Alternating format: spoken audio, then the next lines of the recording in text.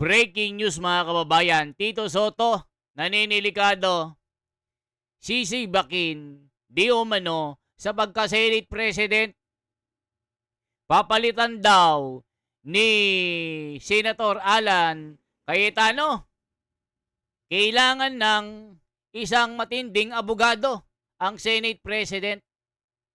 Yari, mga kababayan ko, dahil nga pinipetition din si Ping Lacson na alisin sa BRC dahil alam na pagka dumating si Saldico, hindi mababaliwala ang pag-uwi nito. Mga kababayan, pakinggan po natin bakit napa-emergency press con si Tito Soto. Ito ba ay dahil tatanggalin na siya? Ito ba ay papalitan na ni Senator Alan Cayetano bilang Senate President? Panoorin po natin kung gaano katotoo ang mga sumisirit na balita sa social media. Pati nga itong si Ping Lacson Bali-balita, papalitan na ni Marcoleta. Dahil nga, alam natin na pag itong dalawang bulagaan na ito ay manatili sa kanilang mga posisyon bilang SP at BRC chairman, ay walang mangyayari sa investigation. Magiging bulagaan na naman ito. Ito ang sinasabi ng mga petitioner. Mga kababayan ko, gagawin na namang bobo ang mga Pilipino. O ngayon mga kababayan, pakinggan po natin ang press con ni Tito Soto. Ano ba ang pinag-usapan dito? Nako mga kababayan ko, may pasabog ito. Tila ready ng Senado para harapin si BP Sara. Pero ang flood control issue, kinalimutan na. Ito po mga kababayan, panoorin po natin ang nag-aalab na apoy na balitang ito. Doon, dapat yung muna i-address possible mong umakyat, aakyat ba? So yun ang isa sa mga pinag-usapan namin. And that's the reason that I hosted a dinner with some of the senators who were interested at papag-usapan namin yung mga preparations sa Senate. And of course, automatically, we will be able to touch the issue of the possible impeachment na nasa House of Representatives. So, yun ang isa sa mga diniscuss lang. Going back to your question. Your preparations, SP, Okay. kayo and the Senate. Ako, personally, in the event that they find probable cause and there are articles of impeachment of any official that is submitted to the Senate, because of my twice experience of being involved in any impeachment in the Senate, meron naman tayong more or less background dito. But then again, as presiding officer, I made sure that I will review the rules of court. I am being helped by a number of lawyers and at the very least 2 justices that are giving me a very good perspective. Di ba mga kababayan, itong sila Tito Soto, yung lumalaban at kinokontra ang Korte Suprema. Di ba nung binasura ang impeachment na ito, lalo na yung ikalawang pasabog ng Korte Suprema na nagsasaad ng impeachment ay na-debunk na, binasura na, at wala na talaga. Pero si Tito Soto umiiyak. Muntik nga makasuhan pa ito ng indirect contempt dahil nga po sa tila hindi niya nirerespeto ang Korte Suprema kung ano man yung kanilang mga desisyon para ibasura ang impeachment ni Sara. Pero si Tito Soto nagmatigas. Yung majority na desisyon daw ng mga hukom ay mali. mas magaling daw siya. Naggagaling-galingan, hindi naman abogado. Yung sinulat ng ponensya, yung nagsulat ng desisyon, kinestyon ni Tito Soto, na akala mo, graduate ng abogado. Sinasabi ng mga kritisismo na si Tito Soto galing-galingan, hindi naman abogado. Ayun, binulbak ni Marcoleta, sinulbak ng katotohanan. 'Di ba? Tignan nyo, umaasa lang sila sa legal luminary nila. Ngayon, excited sila na mag-imbestiga sa flood control. Or, I should say, ganado sila na pag-usapan at imbestigahan ang impeachment ni Sara. Pero, itong flood control issue at mali-maleta na pera na isa po si Senator Soto na allegedly pinasabog ng mga Marines na nakatanggap ng 5 malalaking super dambuhalang maleta na pera. Siguro, binulungan niya yung kumpare niya si Ping Lacson. O pare, alam mo na yung usapan natin. Yung standard operating SOP natin. Harangin mo na yan! Huwag mo nang pag-interesan ang maleta. Huwag mo nang imbestigahan yan. Meron ka din. Yan po ang mga sinasabi ng mga kritisismo. Bakit ayaw nilang imbestigahan yung 18 Marines? Sa flood control, tahimik sila. Ngane. Ituloy natin. Ganadong-ganado si Tito Soto na mag-umpisa na at asap na 3 times a day ang pag-iimbestiga ng impeachment ni Sara. Naka-ready na ang mga legal counseling, legal luminary, pati flooring ng Senado bagong lampaso. Ang galing, preparado. Pero pag flood control issue at pasabog ng 18 Marines, walang kibo. Hala ka, yari, alam na dis, sabi ng mga tao. What to expect? Ang importante kasi is that I brush up on the rules of court so that it may jibe with the impeachment rules and the rules of the Senate because sui generis ang impeachment no? Di naman talaga exactly pwede mo sabihin judiciary ang buong system niya Hindi No, mayroong kombinasyon talaga sa amin sa impeachment. So I'm brushing up on that. You can call it a crash program, but it's continuing. I have started. Siguro I'll have another 2 programs next week. Pag ako yung reporter, isisingit ko. Bakit, Your Honor, Tito Soto? Ganadong-ganado kayo? Na may akyat na sa Senado ang impeachment ni Sara. Bakit tila ready na kayo? Pero pag impeachment, hindi kayo interesado. Ano? Ang mga sekreto ng mga likod ng mga kwentong ito. Bakit wala kayong kainti-interes sa flood control at 15 na yung 18 Marines na the brave Marines ayaw nyong pag-usapan. Pero pag kay Sara, mabilis pa kayo sa alas 4. Mabilis pa kayo sa ambulansya na isinugod yung baklang buntis. 'Di ba? Mabilis pa sila sa alas 4. Yung ambulansya tumatakbo 180 per hour. Per mile ang takbo. Isinugod yung nanganganak na baklang kabayo. Ganun kayo kabilis pag si Sara ang usapan. Pero itong issue ng flood control, tameme kayo. Ano?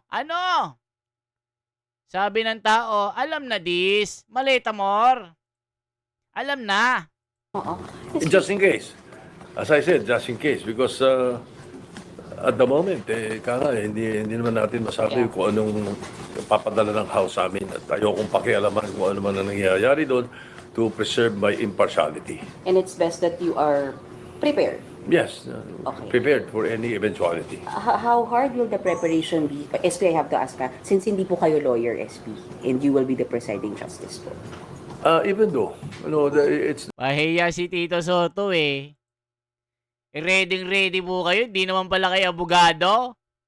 Ano yung saling pusa? Bubulungan ka lang ng legal luminary mo. Bossing, ito sabihin mo. Eh hindi naman pala kayo abogado. Bakit excited kayo? Napumukhang binira ng reporter ha. Tuloy natin ha. Oy, mga kabayan, disclaimer ha. Yan yung mga nasa komento. Ini-interact lang natin. I don't see that as a problem because the rules of the Senate are O, sabi niya mga kababayan, hindi ko nakikita ng problema. Walang problema sa akin yan kahit hindi ako abogado. Eh sabi niya nakaraan, kahit hindi ka abogado. Pag mali, mali. Wow. Galing. Kinokontra ang Korte Suprema. Eh, wala namang alam sa batas ito. Kontra ng kontra sa mga hukom ng Korte Suprema dahil binasura itong kaso ni BP Sara sa impeachment, umiiyak. Eh tila nagmamalabis daw ang Korte Suprema bakit pinanghihimasukan ang impeachment ni Sara.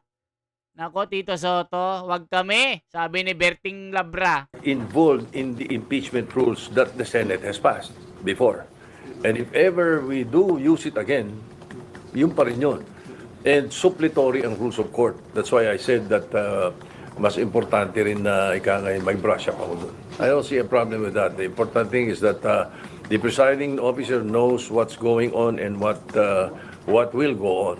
O mga kababayan, binasag siya ng reporter. Eh paano nyo sasabing ready na kayo? Di naman kayo abogado. Sabi ni Tito Soto, pumalag eh. Hindi ko nakikita yan na problema na kahit di ka abogado dito. Pag kahit hindi ka abogado, pag nakita mong mali, mali. Di ba yan yung sinabi niya, nag-iiyak siya? Di ba? Galing-galingan siya. O, tuloy natin. Kakatawa itong Tito Soto na ito. So hindi extra hirap for you kahit na hindi kayo lawyer. Kumbaga hindi extra challenge for Hindi you. naman. Mga kababayan, inaasar ng reporter. So, ibig sabihin, Tito Soto, hindi extra challenge ito. Kahit hindi kayo abogado, sabi ni Tito Soto, hindi naman. Wow, confident. Nagbubuhat na naman ng bangko. Itbulaga, pamor.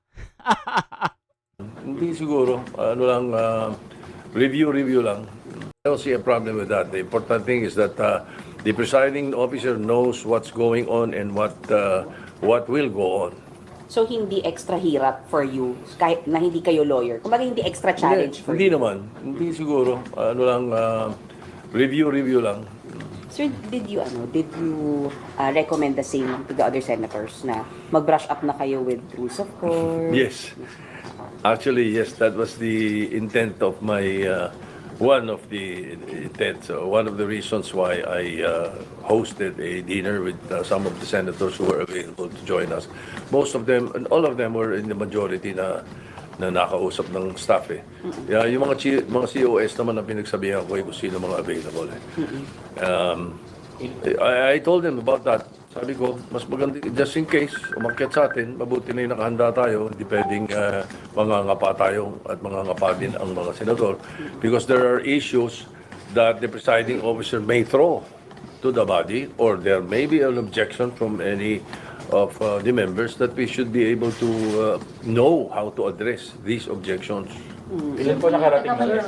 Ilan po nakarating? 8 or 9. Dami. Majority. Oo nga.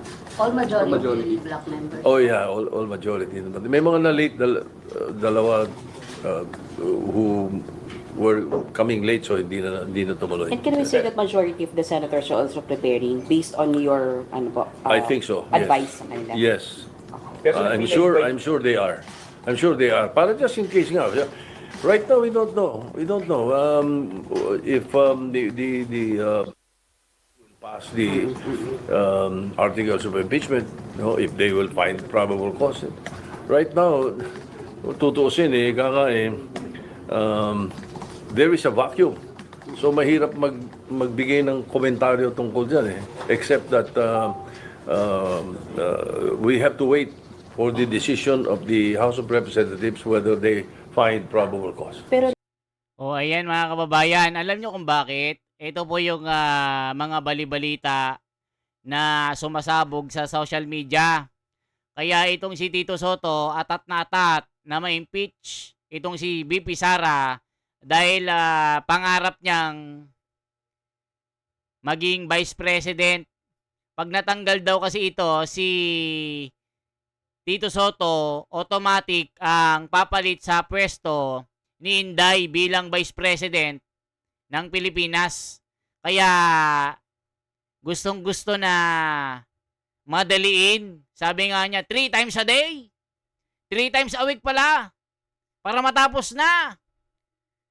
Tignan mo, umaasa daw siya na magkaroon ng probable cause. Wow. Yung pasabog nga ni Madriaga, wala puro sablay. Kaya, sinulbak ni Marcoleta. Sabi naman na J.J. Sonsa, ang mga iyakin daw na umiiyak sa korte ay yung mga sinungaling, yung mga deceiving na tao, mapagkunwari. Yung lahat ng mga sinasabi nila ay pawang mga kasinungalingan. Di ba mga kababayan ko? Tuloy pa natin mga kababayan. last time SP nagkaroon ng issue dun sa forthwith, what can we expect from the Senate? In case lang po, matapos sa House, sa piakyat, will you act on it forthwith? Yes, I will act on it with dispatch. Definitely forthwith.